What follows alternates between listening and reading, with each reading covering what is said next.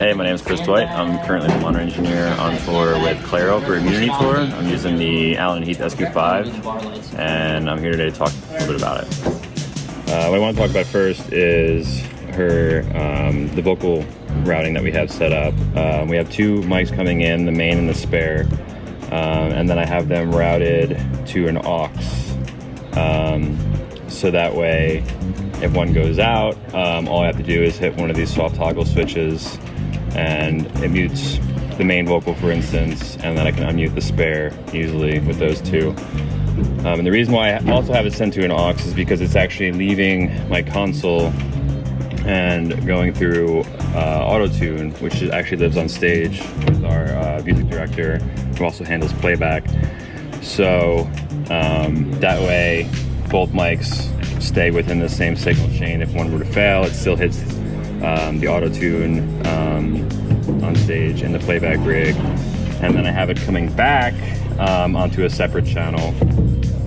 Have some light processing going on in there, and then I have an analog insert. I have in my rack a Neve 5045 primary source expander, and I have it come back from the console, and then a little bit of EQing, and then some very light compression with the deep.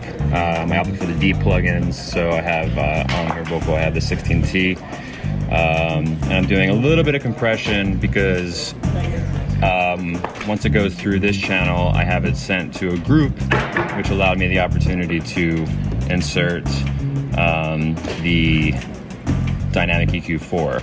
So that way I had the option to have just your 16T, and then goes into a group, which then hits the Dynamic EQ4.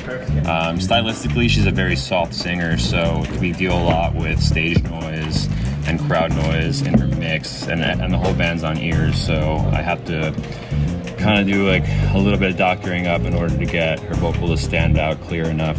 Dynamic EQ4 really helps a lot with that, where I can kind of set it to kind of attenuate and pull down some of those, like the snare on stage or the random, ambience of the room and the uproar of the crowd and stuff like that. It really controls that. And after that, a little bit more EQing, and then it goes into, again, another 16T with another 2-to-1 ratio, very light compression, so that it kind of steps, and it's not kind of abrupt. It happens, very natural sounding, in my opinion. So I'm using a lot of those on the vocal. In addition to that, I'm using the Opto on the kick, and I know I'm using 16 on snare 1, Opto on snare 2, pretty much the Opto, and then the Mighty. The Mighty is the one that I'm really happy with.